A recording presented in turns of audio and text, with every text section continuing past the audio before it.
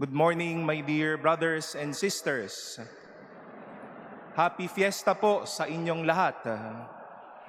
Palakpakan po natin ng Panginoon ang ating mahal na ina. And together and in the name of our dear Rector and the Manila Cathedral staff and servants and the community, we welcome all of you to the Manila Cathedral as we celebrate our fiesta this Jubilee year. Kaya po sa atin pong mga regular Manila Cathedral attendees, to all of you who are here for the first time, to those of you regularly visiting the cathedral during fiesta, welcome home po and welcome to the Manila Cathedral. Palakpakan po muli natin sila. As I have said, my dear brothers and sisters, we are celebrating our fiesta just near the threshold of the closing of this year's ordinary Jubilee year.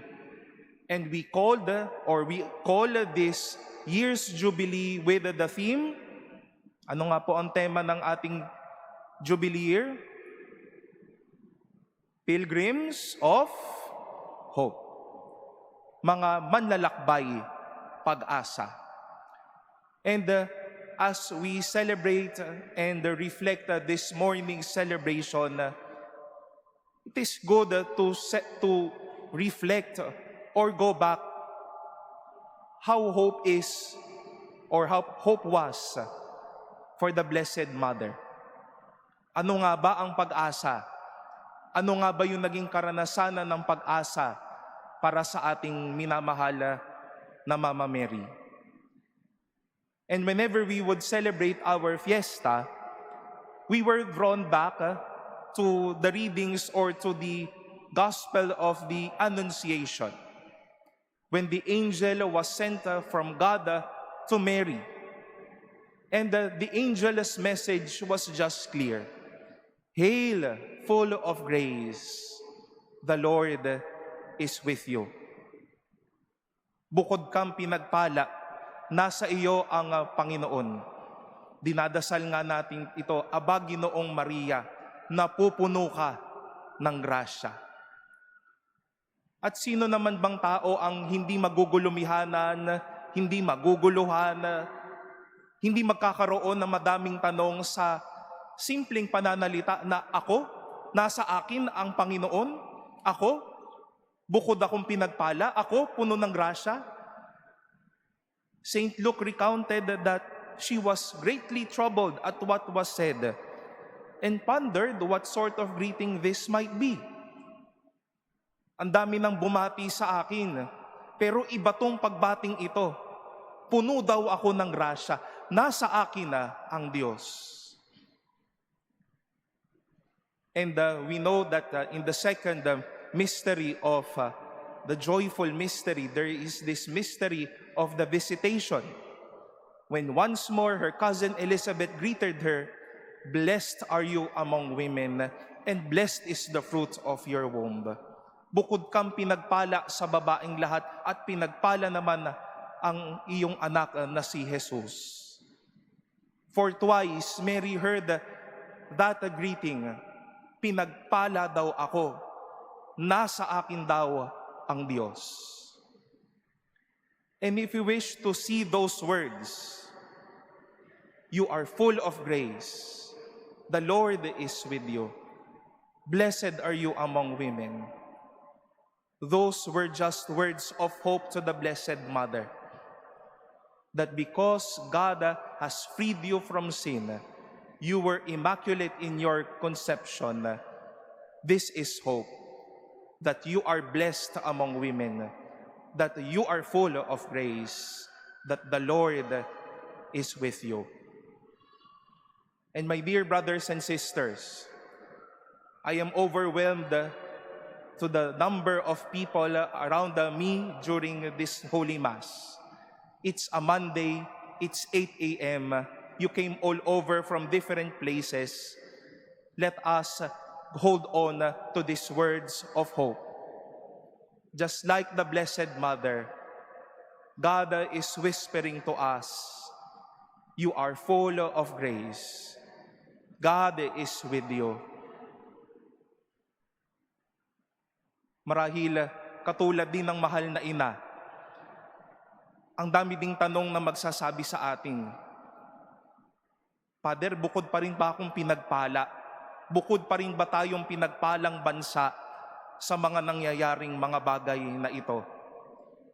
That as we celebrate our fiesta this morning, a lot of people are also suffering terribly because of the storm. Habang narito tayo at nagpipiesta, madaming mga tao na marahil pinagpaliban muna ang kanilang mga pamilya para dumoble ang kayod sa pang-araw-araw na buhay. Madaming gusto sanang pumunta dito pero malungkot. Nag-iisa po sa kanilang buhay. But we are like Mary, troubled, pondering what sort of greeting this might be for us. Pinagpalang nilikha pa din ba tayo sa mga oras na ito? Father, bukod bang pinagpala ito na sabi ko, one take lang ako sa aking bar exams. Pero Father, nakadalawa na ako, nakatatlo na ako, nakaapat na ako. Bukod pa bang pinagpala yan? Father, bukod bang pinagpala ito na last year nagdasal ako na sana gumaling ako pero di pa rin po eh. I am still suffering right now. Father, bukod pang pinagpala itong nararanasan ko bilang isang tao, that from time to time I still experience many doubts in my faith. Nagkakaaway pa rin kami sa aming mga bahay. May krisis sa aking puso at buhay. Is that still a good question or a good greeting for me? That the Lord is with me. That I am also blessed with grace. That I am also blessed by the Lord. And my dear brothers and sisters, let that be God's whisper of hope to you. That you are blessed and that you are graced as well. Pinagpalang mga nilikha din po tayo sa buhay na ito. Allow me at this moment, hindi po ako magbabrand,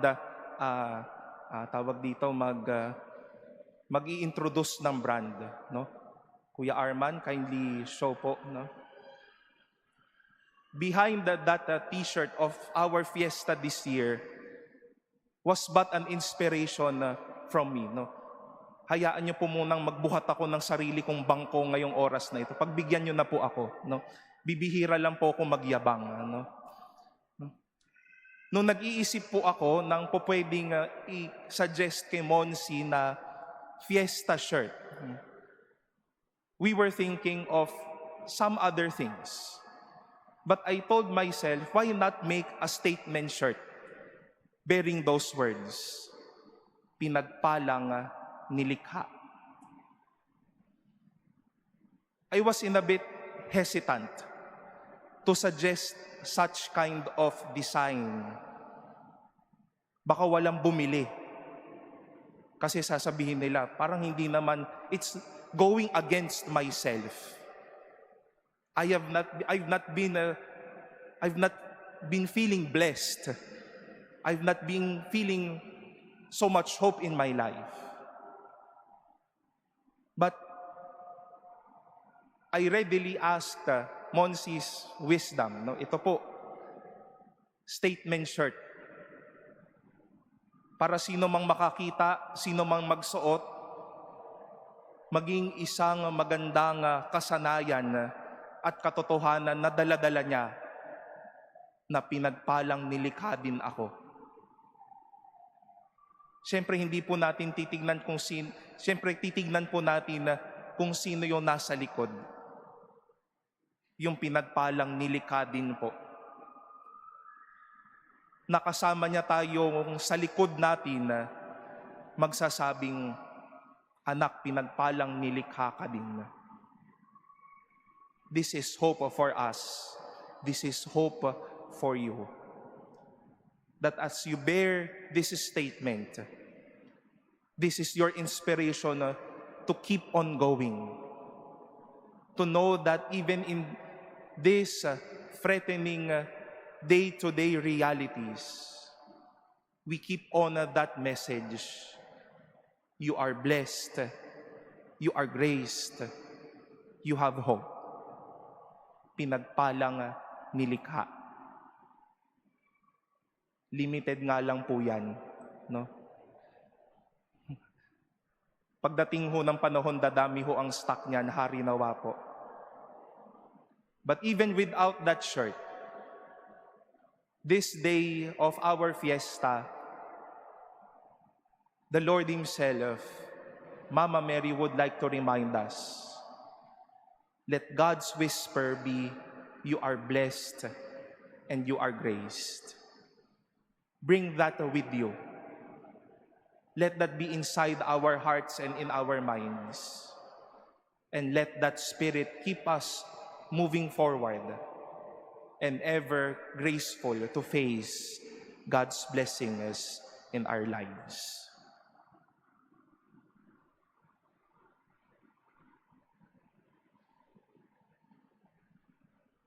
Please stand. We now profess our faith. I believe in God, the Father Almighty, Creator of heaven and earth, and in Jesus Christ, His only Son, our Lord, who was conceived by the Holy Spirit, born of the Virgin Mary, suffered under Pontius Pilate, was crucified, died, and was buried. He descended into hell. On the third day He rose again from the dead. He ascended into heaven and is seated at the right hand of God the Father Almighty.